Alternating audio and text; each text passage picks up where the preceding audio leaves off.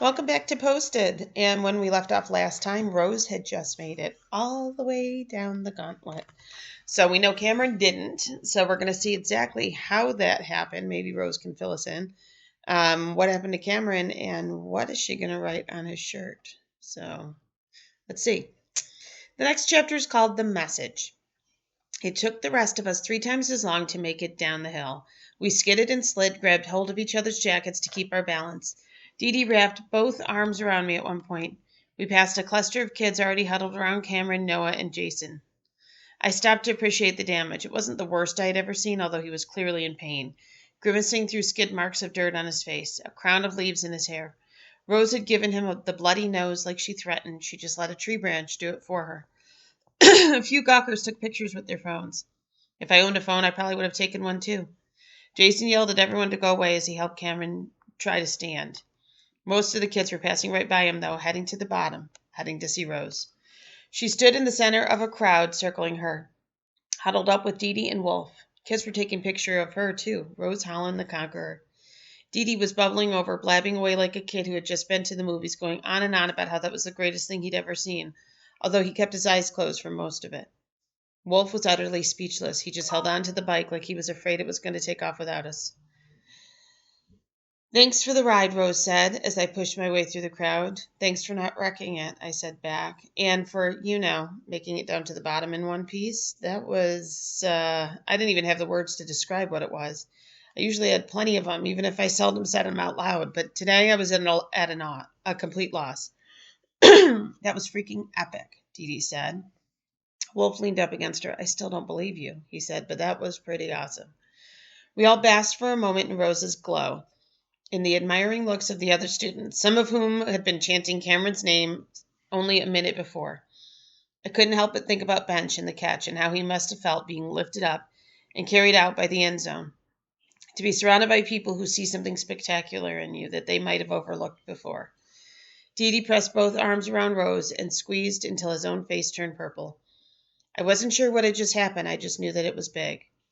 The crowd around us slowly broke up, although Rose got an appreciative nod from Evan Smalls, probably for beating the gauntlet, for beating Cameron, maybe for both of those things. We walked around the base of the hill, Dee Dee pushing the bike now as if he was her noble squire leading her steed. Wolf and Rose pressed so close together you could barely put a sticky note between them. I walked a pace behind, glancing at everyone we passed, trying to read their expressions, trying to figure out what they saw when they looked at all of us. Most of them were on their phones, probably texting about what had happened. Rose Holland runs the gauntlet and crushes Cameron Cole. In 5 minutes, everybody in the student body would know. I looked back once to see Cameron limping in the opposite direction with his friends. The crest of Hirohito Hill was nearly empty, but I caught one face that was familiar, looking down at us. He was standing all by himself. I put a hand up, more out of instinct than anything, but I was happy to see Bench actually wave back. By the time we got to my house, my mother was already there. Even worse, she invited everybody for dinner. This was after she asked us where we'd been, assuming 4 kids walking home after school were probably up to something. The other 3 looked at me. It was my mom, so whatever I said, they were going to go with it. Study group, I told her. For science. We have a quiz coming up on the laws of motion. I have no idea what possessed me to say the last part. Dee Dee snickered, almost losing it completely, and Rose made it worse. Newton's third law, for every action there's a reaction of equal or greater force, she asked. Like, if you try to stick my friend's head in the toilet, I'll make you eat a tree in front of the whole school? Something like that? Mom seemed to buy it, at least. Well, you should all stay and eat, she said. I'll throw something together real quick. She kept her eyes on Rose as she spoke, as though she still couldn't believe there was an actual girl hanging out with all of us. And for a second, Rose looked like she was about to say yes, but both Wolf and Dee Dee had experienced my mom's cooking before. No, really, Miss Voss, thanks for the offer, Wolf said. I should be getting home. Me too, Dee Dee said. Rose nodded along, looking disappointed.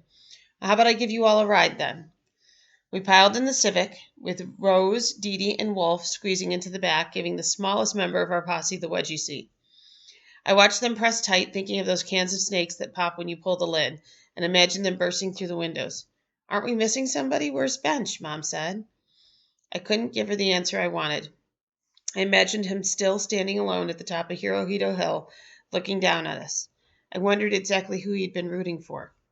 I didn't see him standing with Cameron and his friends. He actually hadn't been standing with us either. I think if it had been me running the gauntlet, he would have been there, front and center, cheering me on. At least that's what I want to believe. He's not in the same science class, Dee Dee said, which was not the half of it. I heard Rose whispering to Wolf in the back seat, and it made me angry sitting at front, wanting to twist around and keep talking about what had happened, but trying to bite my tongue with my mom sitting next to me. She knew more about what happened at BMS than she let on, though. So what's this I hear about sticky notes at school, she said, taking her eyes off the road and putting them on me. Man, those eyes were a killer. What about what now? I mumbled, trying to only sound vaguely interested. Principal Whittingham sent out a recorded message this afternoon about a ban on sticky notes due to, gosh, how did he put it? A rash and hurtful and derogatory messages being spread around school. You guys weren't involved in that, were you? I shook my head, playing innocent. Involved? Us? Psh. The back seat was quiet. Mom sighed with relief. Good, because I work with Elizabeth Browner, and she said her daughter Caroline, you know Caroline, right? Apparently she came home yesterday absolutely beside herself, bawling over something that someone had posted about her in the girls' locker room. Wow, Caroline Browner. I knew her. She was a 7th grader. Pretty and popular. In other words, Dee Dee probably had her locker number memorized. I always assumed she was untouchable, like the kind of girl that would be above teasing. What did it say? I asked Mom. Liz wouldn't tell me, but she said it was terrible. I swear, kids can be so cruel sometimes. Yeah, I can't argue with you there, Mrs. Ross, Rose said from between the seats. But we can also be sweet sometimes. Out of the corner of my eye, I saw Wolf lean his head against the window, watching the world pass by, with a little smile on his face. I just wanted to make sure you're okay, Mom said, glancing at me. You're all okay, right? We're just fine, Wolf said, and he sounded like he meant it, too. We dropped him off first because he lived the closest. He and Rose whispered to each other again. I could see his parents in the bay window having a discussion. You could almost hear them through the glass. Wolf thanked my mother for the ride and said he'd see us tomorrow. Then he stood on his sidewalk for a moment, staring at the house as if he didn't quite recognize it. My mother frowned, and for a second I thought she was going to roll down the window and tell Wolf to get back in the car and just come home with us. But Wolf slowly adjusted the straps on his backpack and walked up the driveway. I wonder if he would go straight to his piano and try to drown his parents' noise out, or maybe he would hide in the garage and finish his battleship. My mother shook his head and backed out, saying something about Wolf being a good kid. I can't argue with that either, Rose said. We dropped Dee Dee off next, and I watched him give Rose another thank you for saving me from the toilet hug. Mom turned in the back seat. You have to tell me how to get to your house, dear. That's right, I still had no clue where Rose lived.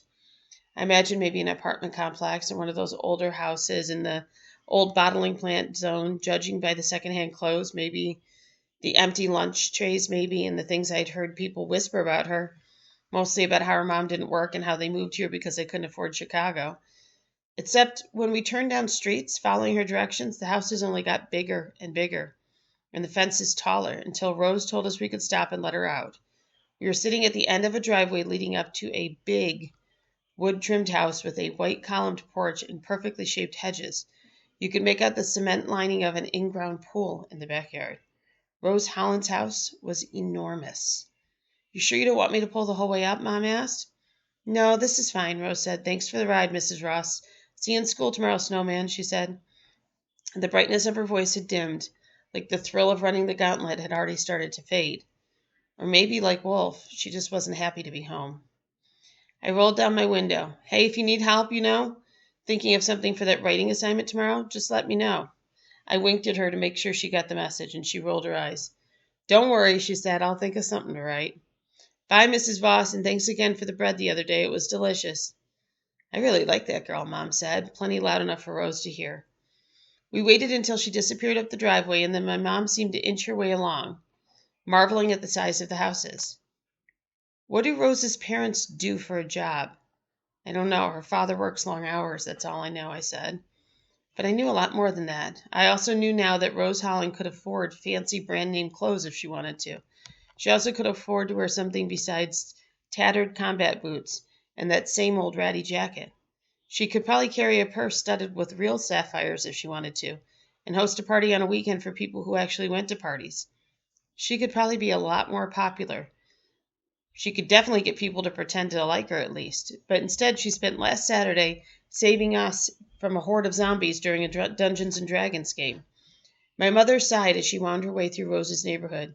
We used to have a house like this, she said. And that night, after a late dinner of leftover spaghetti that could stick to the roof of anyone's mouth, I went to my room and prowled the feeds and walls and chat rooms looking for a picture of the afternoon, hoping to catch a glimpse of Cameron's bloody nose posted on someone's timeline. But I couldn't find anything. This was the gauntlet after all. You had to be careful about what you put online in case your parents were watching over your shoulder. It was all right, though. Cameron Cole's punishment was far from over. He had made a bet, and he had lost. I lay in bed wondering what Rose had in mind. Something horrible, I hoped. Something that would make him melt from embarrassment, the Wicked Witch in the Rain style. Something that would make him feel the way Dee Dee felt watching that dice roll across a filthy bathroom floor, scrabbling on his hands and knees after it. Wolf was wrong when he said it wouldn't change anything. It had to, right? It had to change things. I could feel it already. Tomorrow the whole world would see what total losers Cameron and his friends were, and I, for once, couldn't wait. Eventually I managed to fall asleep, dreaming of the possibilities. No doubt a lean and hungry look on my face, wondering what tomorrow would bring. And I'm going to stop there. Until next time.